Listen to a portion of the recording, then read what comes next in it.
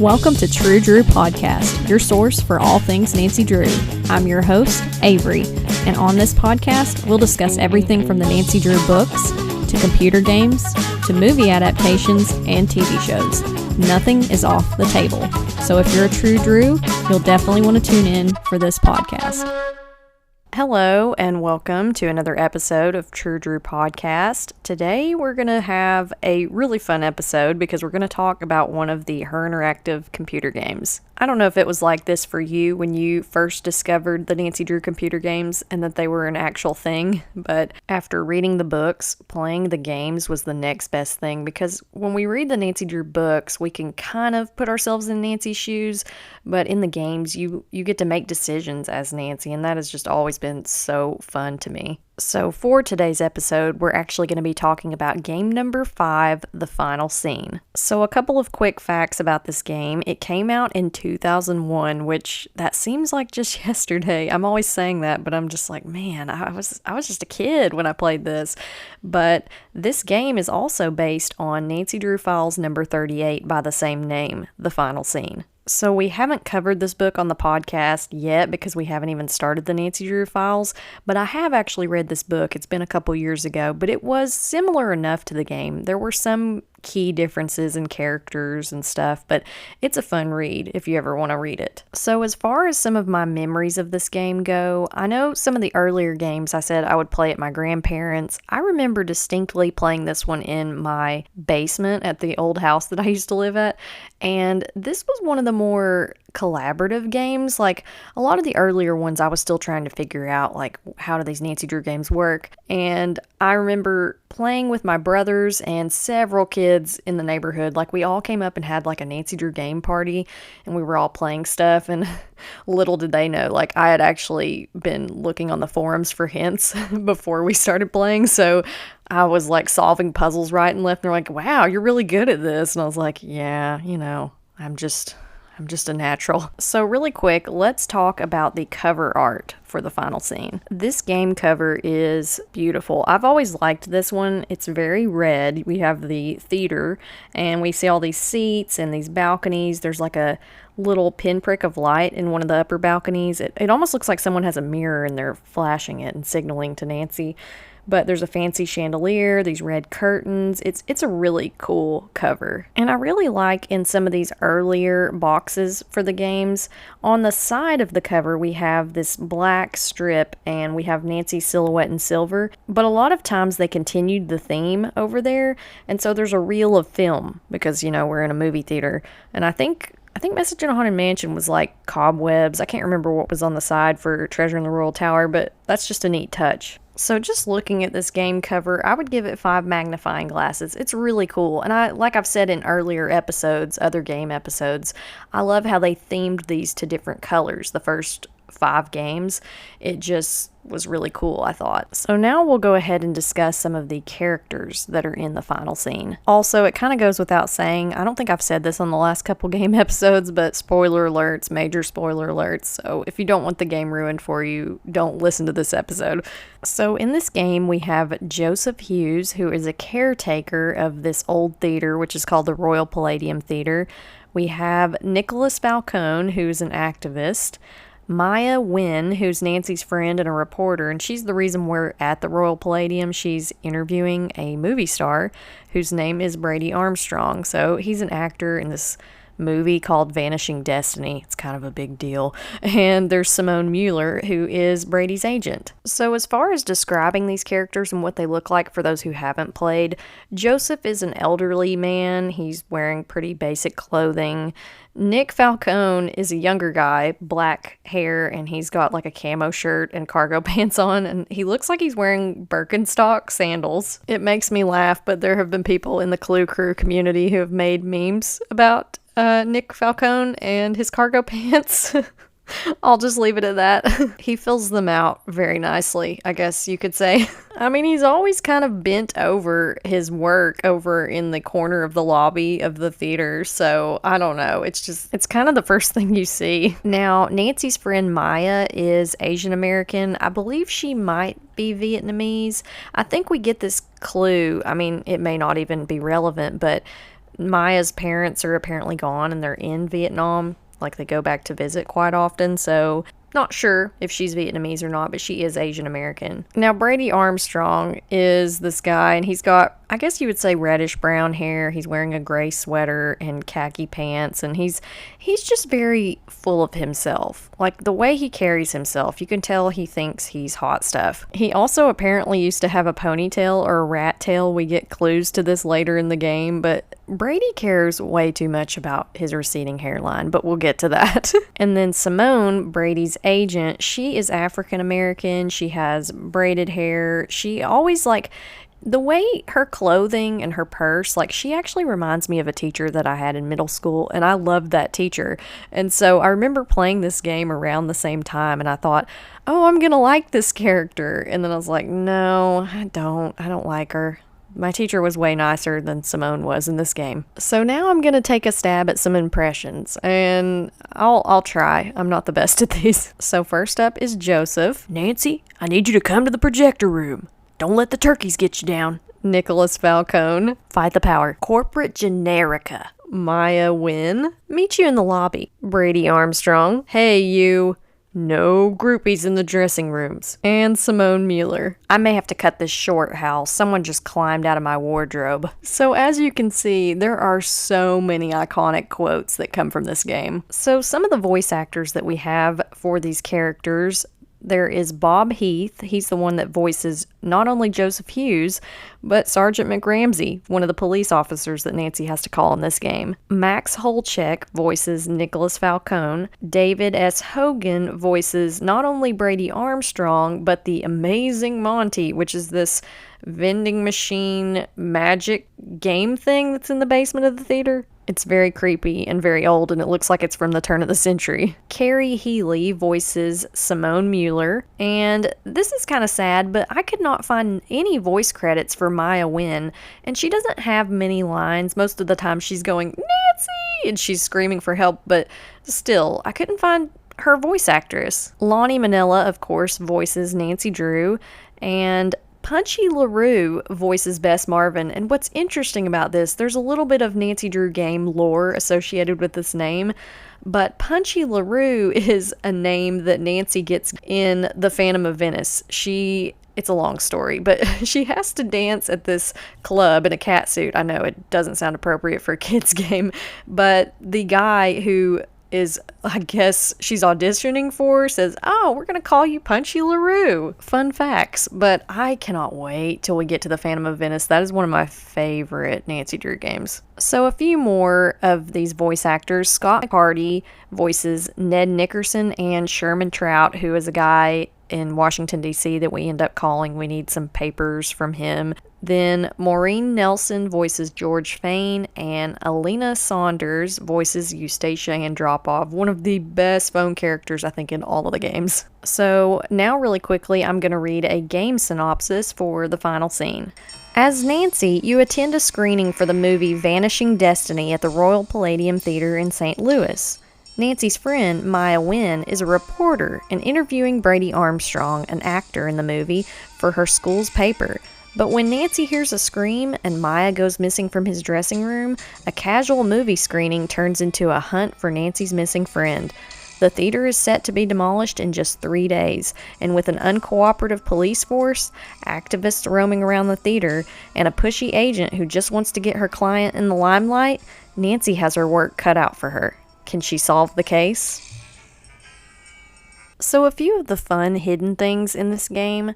Nancy says she'd rather be crushed by an elevator, which I thought was really funny because she's referencing one of the second chance death things that can happen to her in Treasure in the Royal Tower. There's also another callback to Treasure in the Royal Tower because Bess and George mentioned to Nancy on the phone Jacques Burnet, and then they also reference Rick Arlen from Stay Tuned for Danger. And another cool reference to some of the older games, there's a lot of things from Stay Tuned for Danger's prop room that are in the dressing rooms in mostly Simone's, I believe. So there is an Easter egg in this game, and usually the Easter eggs in the Nancy Drew games are an actual Easter egg, or they're just They help you complete a puzzle. Sometimes it's just for the sheer accomplishment of, I got an Easter egg.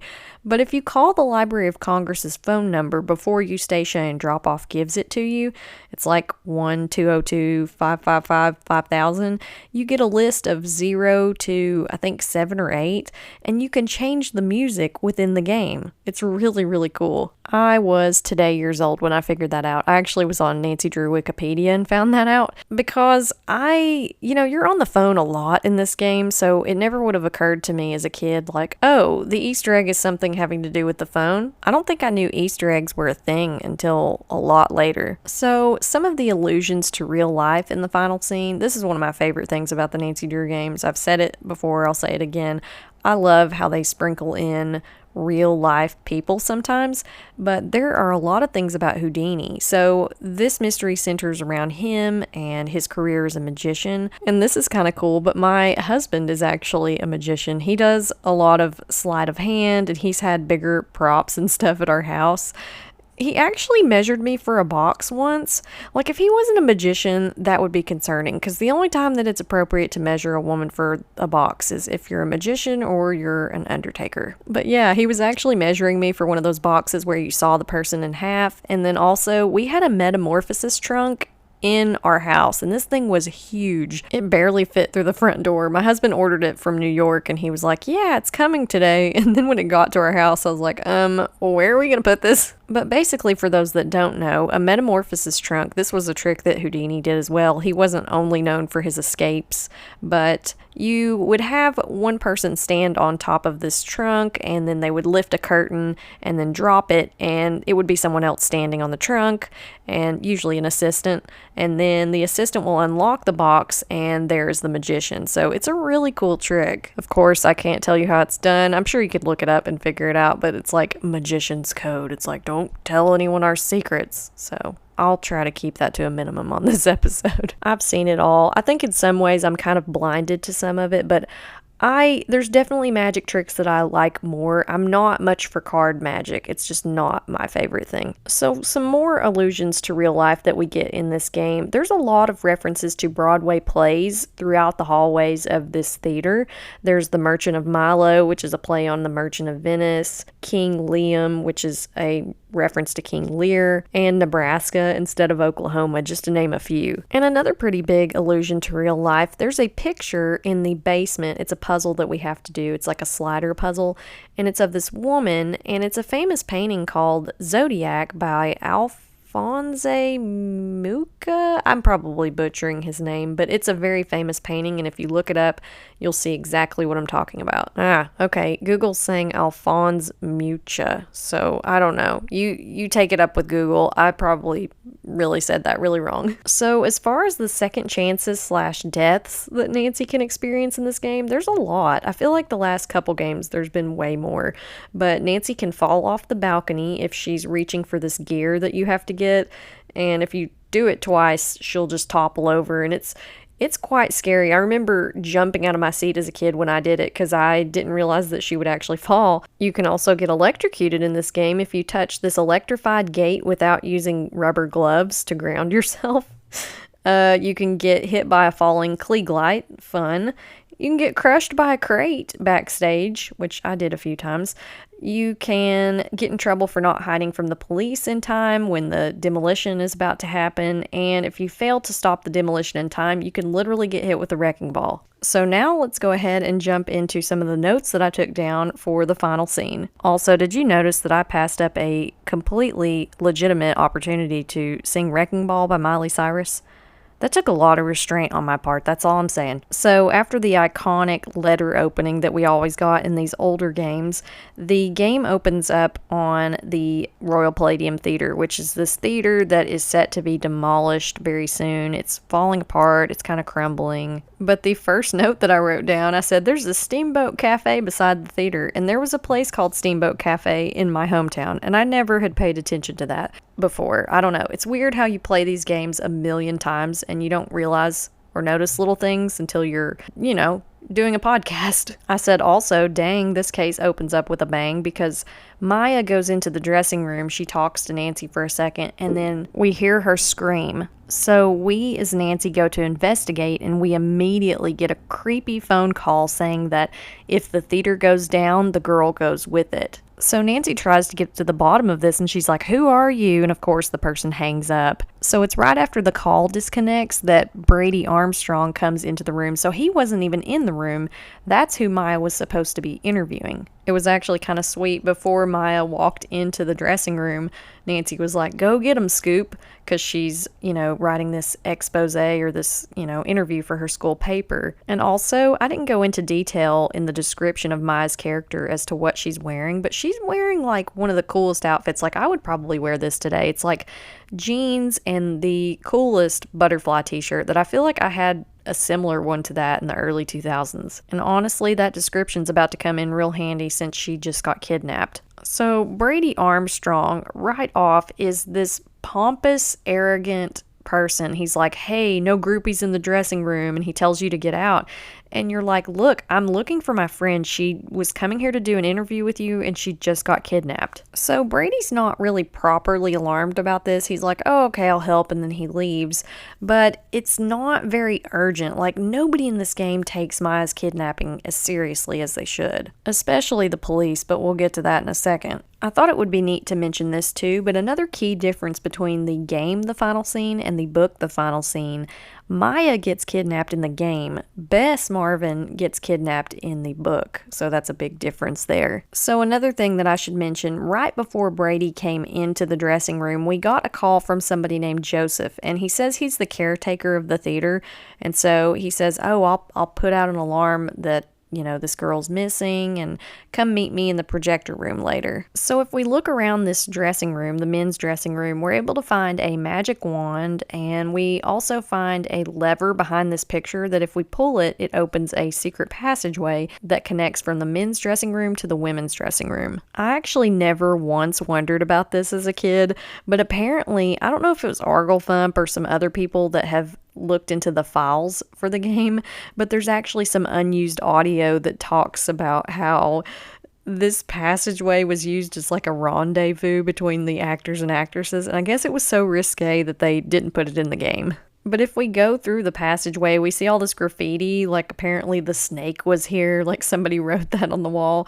But we go through into the women's dressing room, and it comes out in this wardrobe, and that is when we meet Simone Mueller, who's Brady's agent. And she is just an absolute delight. Like, this woman always has a phone glued to her face, and you can tell that she's just annoyed that we're there. And she's like, "Can't you see I'm on the phone?" And Nancy's like, "Hello, my friend just got kidnapped." And Simone's just like, I'm sure she'll be right back. No concern whatsoever. But, I never really thought about it, but I guess Simone was not in the dressing room when Maya came through with her kidnapper towing her along. And, because how tone deaf would you have to be to witness a kidnapping and then just continue your phone conversation? I wouldn't put it past Simone, but surely she has a heart somewhere. So after we talk to Simone and we get absolutely nowhere, we can go meet Nick Falcone in the lobby. So Nick is at the Royal Palladium because he's protesting the fact that they're about to demolish it. He has this group called Had It, and it stands for Humans Against Destruction of Illustrious Theaters. I want a t-shirt that says Had It on it. But it's funny because Brady actually talks about Nick in a really negative way, and he calls them tree huggers, and I'm like, they're not tree huggers, they just care about preserving the integrity of historic buildings. Like, what's wrong with that? That's honestly a huge pet peeve of mine. Like, I live in a town where a lot of times historic buildings get torn down, and also, like, in America, I feel like it's hard to find buildings outside of like cities like Boston, Philadelphia, like historic towns that are over 200 years old, because a lot of times greed happens and these historic buildings of importance get torn down for like a mall or something equally unimportant. See, I could be co-chairwoman of Had It, but I'll get off my soapbox. So of course the next thing that we do is we can call the police in this game, and the police are not very helpful in this game. They say that someone has to be missing for more than 24 hours, which I think is standard procedure in most places.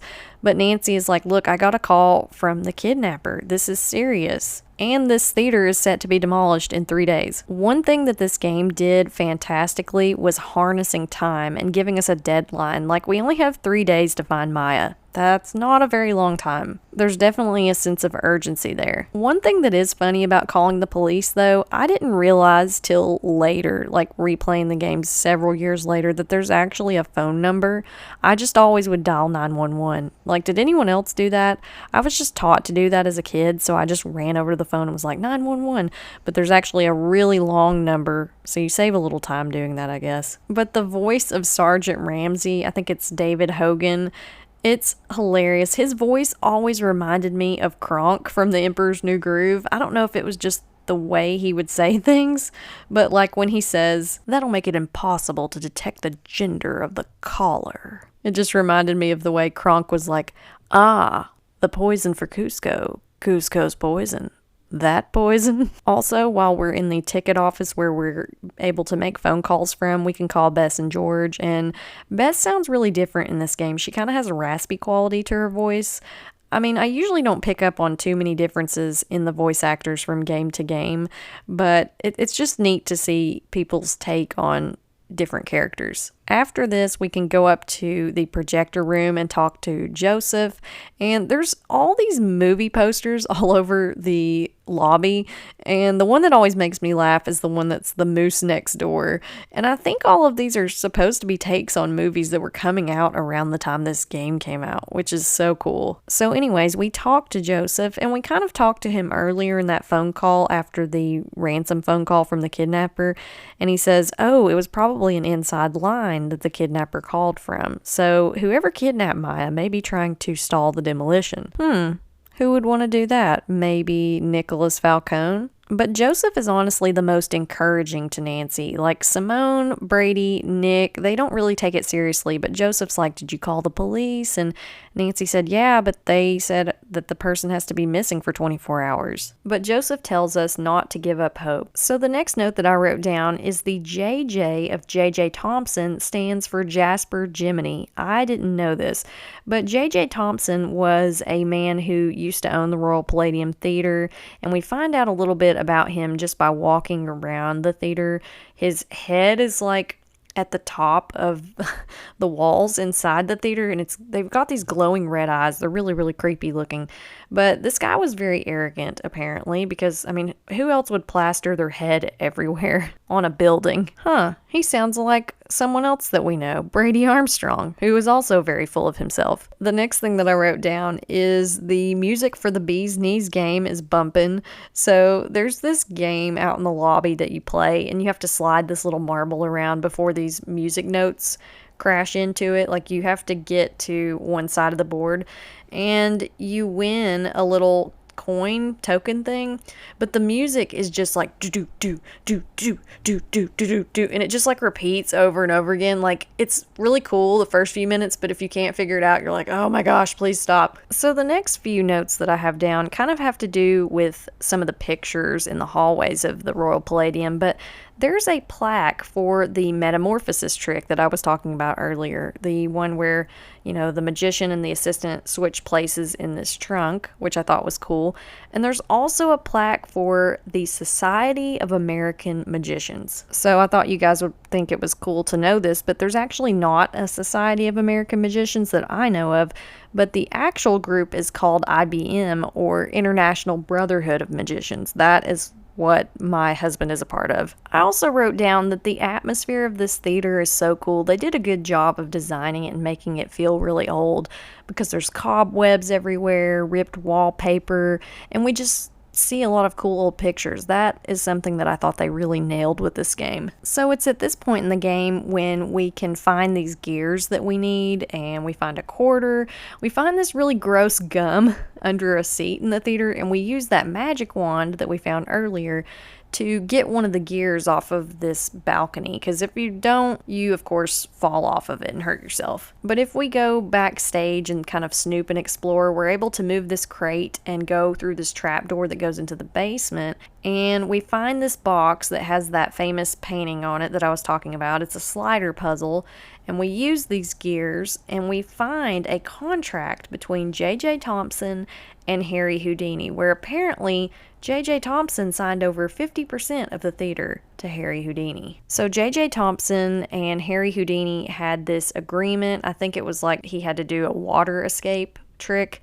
If he couldn't do it, then J.J. Thompson wouldn't be out anything. But if Harry could do it, J.J. would owe him a lot of money or collateral of this theater. While we're in the basement, we can also look at this weird contraption. It's called the Amazing Monty, and we can win some flash paper, which will come in handy later. He's this weird vaudeville-looking dummy who's definitely seen some better days, but I think if you click him twice, he actually breaks.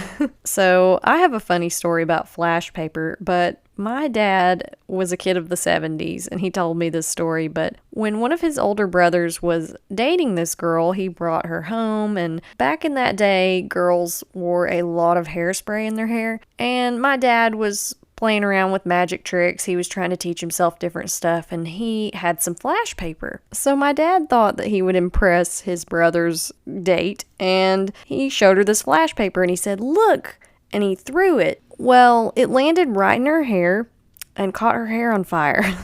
So it's dangerous stuff. So anyways, I believe this is pretty much the end of day one in this game. We are able to tell Nick, like, hey, pretty sure that J.J. Thompson gave 50% of this theater to Harry Houdini, so whoever's trying to tear this theater down, they can't lawfully do it because it didn't fully belong to him. So on day two, the very first thing that we see in the theater lobby is this funeral wreath. And this is so horrible. It's supposedly from the kidnapper. And I think it says something along the lines of, oh, planning a funeral is so hard. Wouldn't you rather just stop the demolition? But there's also Maya's missing posters in the ticket booth. And they're very detailed. Like, they even put her skin type on there, which I always thought was pretty funny. It says part oily, part dry. Like, I don't think they do that normally. But the next note that I have down is Nancy goes to talk to Simone, and Nancy has some very sassy comebacks. They're like next level in this game. But Simone says, "Ooh, we need to harness some of this. Girl power is on the rise." And she says, "Your stage name could be Samantha Quick." So this little reference comes back in later games like The Phantom of Venice and Silent Spy, but Samantha Quick actually ends up being a spy in the Nancy Drew universe, so very, very cool. Another thing that I said about this game, the phone conversations are super long, and it doesn't really bother me because I'm one of those people, I would rather talk to suspects and call people anyway. I would rather do that than do puzzles, but they are a little bit unnaturally long in this game. But I love talking to Eustacia and Drop-Off. So we get Eustacia's phone number from Nick, and I think he gets it from his grandmother. But we also pick up on another tidbit of information from Nick Falcone. His grandmother did a lot of the carpentry and stonework in the theater. So it's not just about his group had it wanting to keep this theater standing, like it's personal to Nick because his grandmother did some of the work herself and she didn't get the credit that she was due. So Eustacia, I don't know if she's supposed to be Russian or what nationality, but she cracks me up. She just talks and she goes on and on about J.J. Thompson because we're talking to her about Harry Houdini and that whole deal and if she knew anything about it. And she's like, oh, is that James Jehoshaphat? But she's really helpful and she explains to us that she knew about the deal between Harry Houdini and J.J. Thompson. And she gives us the phone number for someone named Sherman Trout at the Library of Congress because she says it's possible that he can get you some information that you need. But one of my favorite lines from her is, "You tell that Sherman Trout, Eustacia said, you're not dead yet, Shermie, so get up and make yourself useful." Eustacia and Drop-Off, everybody. She is the icon. She is the moment. So one thing about this game that's kind of weird is not having a task list, even on Junior Detective. Like in all of the other games, you kind of pretty much have a task list, but that's one thing I forgot about when I replayed this game. So it's later in day 2 that we get to listen to this press conference, and this was really fun because I love snooping and listening in on people in these games. And so we overhear Simone Mueller, and she's milking this for everything that it's worth. I mean, this is just a publicity stunt as far as she's concerned. She just wants Brady Armstrong to get all of this attention. And it's really actually disgusting. I mean, she's the one that put out the missing posters for Maya, and at the bottom it's like the National Find Maya Society or something. It's some group she's founded, and it's just all about Brady. Like, call us with tips for Maya's disappearance. And she even mispronounces Maya's name in the press conference. She says, Maya Nugent. And then it's hilarious because Nick Falcone calls it out. And he's like, you're breaking my heart, lady. Isn't her name Maya Wynn? So Nick then takes this opportunity to just sabotage the press conference, and it's hilarious. He makes fun of Brady Armstrong, and it's the funniest thing. But this press conference is actually also a great time to snoop through everybody's stuff.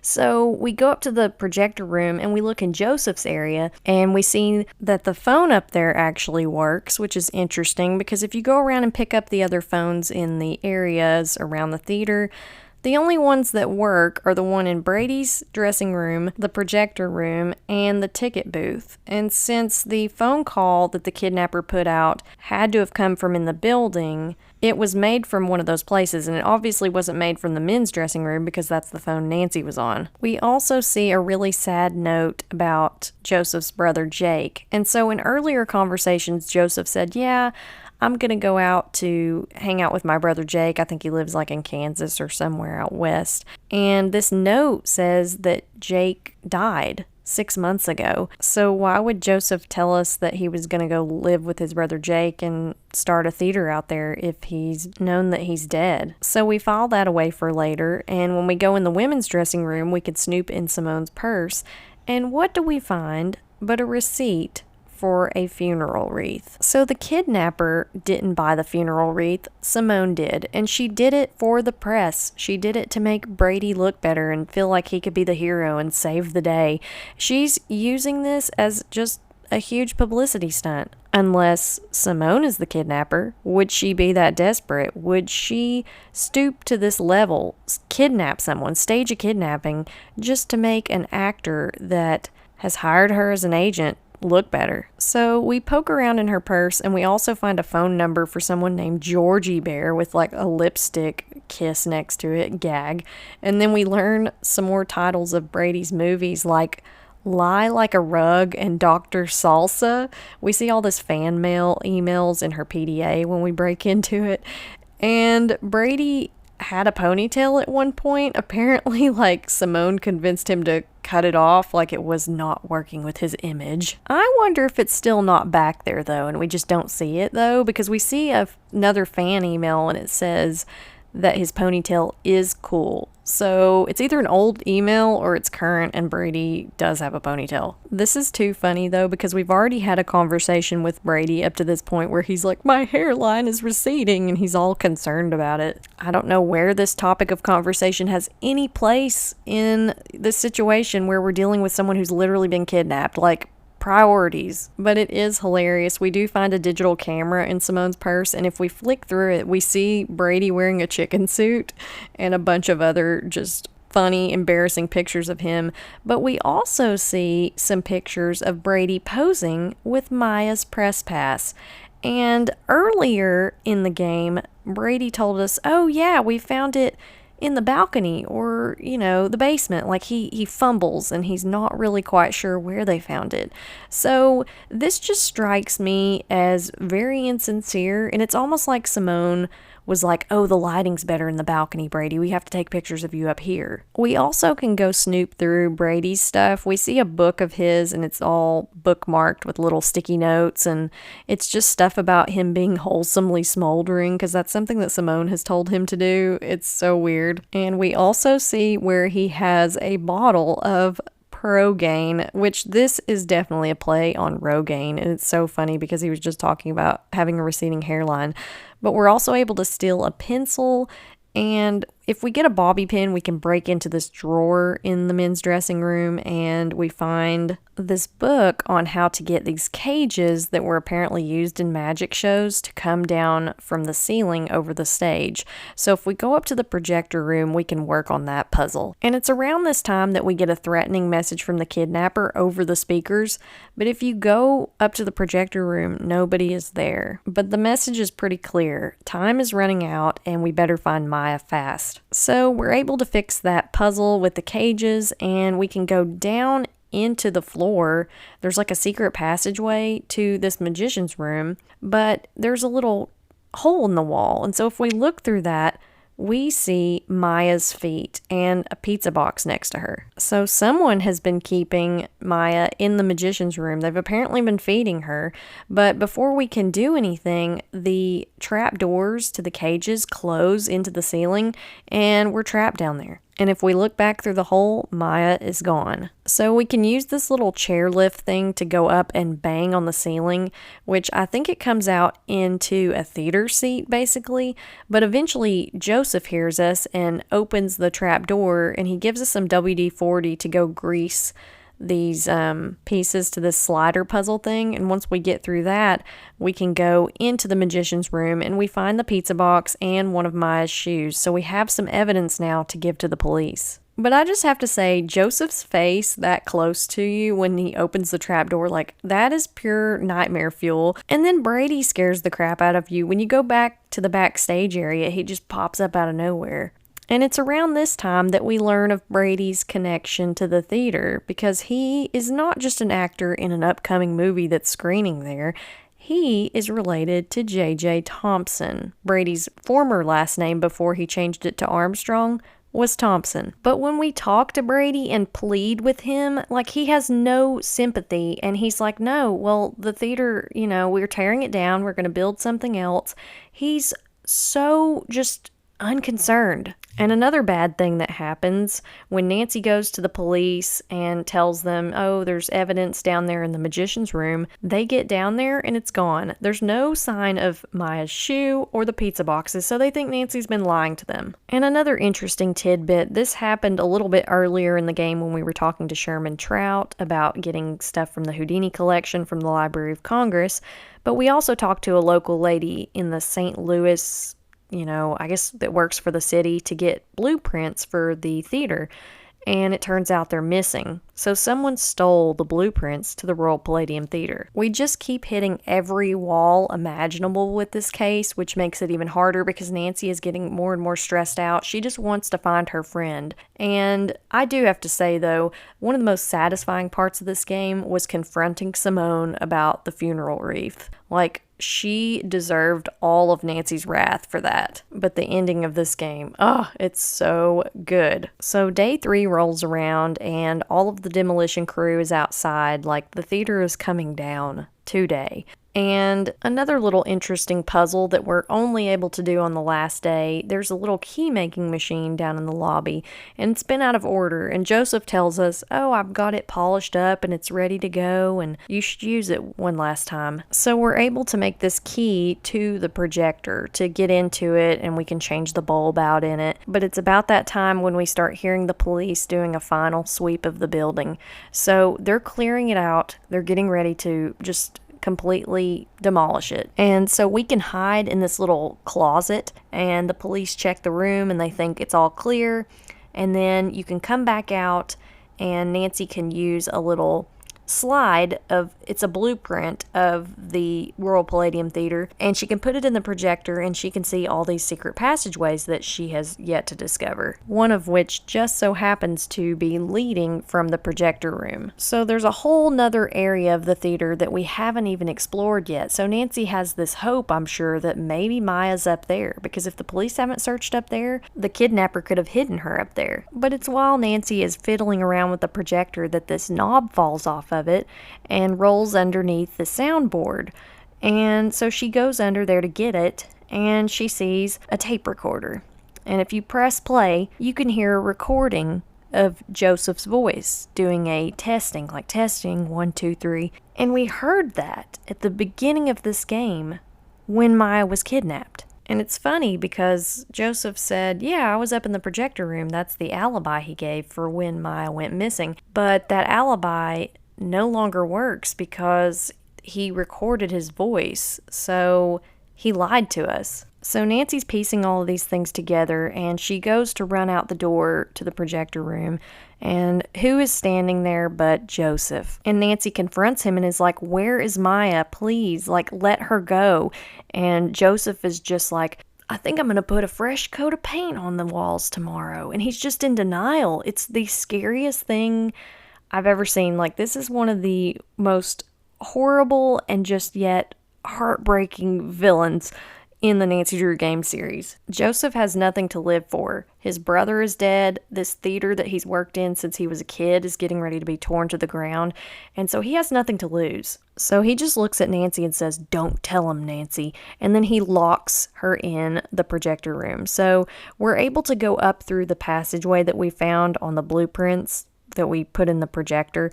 And we find a safe with a bunch of keys and some paperwork in it. I think basically the deed to the theater. And so this part stressed me out so much as a kid, trying to figure out which key to use on the door on the other side of the passageway, because there's like 9 or 10 keys, and so you're trying to fumble with all of them. And when you finally get through, you see Maya in this glass chamber thing. And I think this room that we're in is almost like a room where they would have kept blocks of ice to keep the theater cool back in the day, because it's a really old theater. And so Maya yells at us, and she's like, Nancy, help me. And so you can take a sledgehammer and try to break the glass, but it's not working. You can't get her out. So we walk to the other side of the room, and we can see this theater marquee outside. And if we follow the wire from it, Nancy starts to think like, oh, okay, maybe I can turn the marquee on and they'll know somebody's in the building and they will stop the demolition. So right about when you get to the switch to flip the marquee on, Joseph steps out in front of us. And Nancy is just pleading with him like, Joseph, please don't do this. Let us all go. And he's like, no, we're all going to go down in a blaze of glory. So remember that flash paper that we got from the Amazing Monty earlier in the game?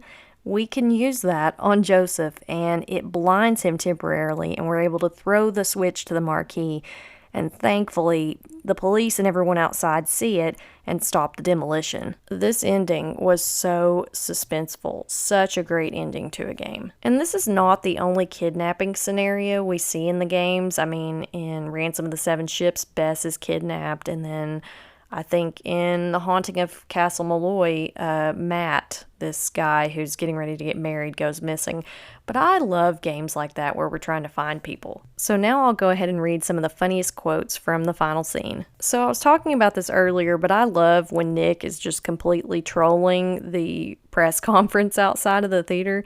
And he says, Mr. Charmstrong, do you find your fans respond to you more in your chicken suit or curly wig? Another good quote of Nick's is, I was outside harnessing public outrage. Ask anyone. Nick's standby slogan for this game is also, fight the power. And then one last great Nick Falcone quote is, does this face say America's Most Wanted to you? And he says this when Nancy's talking to him because apparently it comes out that he's had some trouble with the police in the past, and this was supposed to throw suspicion on him earlier in the game, but apparently some other girl had gotten kidnapped at one of his protests. And then this quote of Nancy's, I think your phone's about to ring. Nancy, of course, says this to Simone because Simone is always on her phone. Now, when it comes to some of the best and worst puzzles in the final scene, there's really not a ton of puzzles in this game.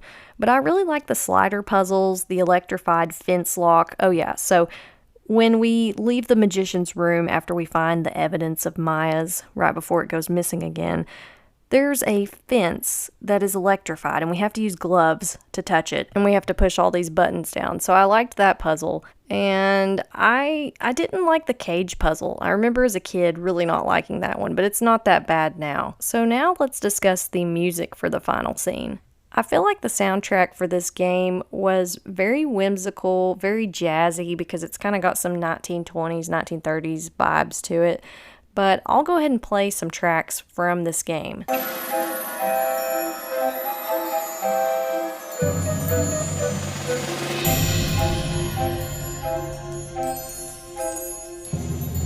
So that track is called Carnival Hauntings, and it's very whimsical. This next track is called Discovery and Danger.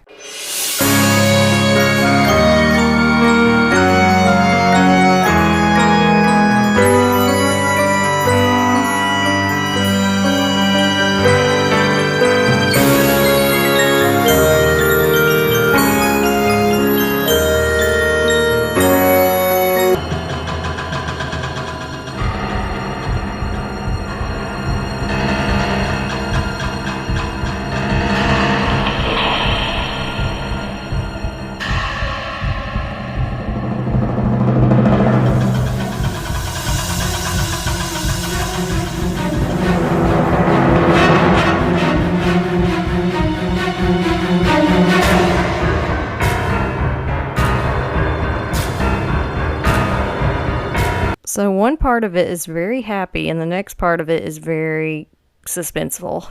And this last track is called JJ's Mystery.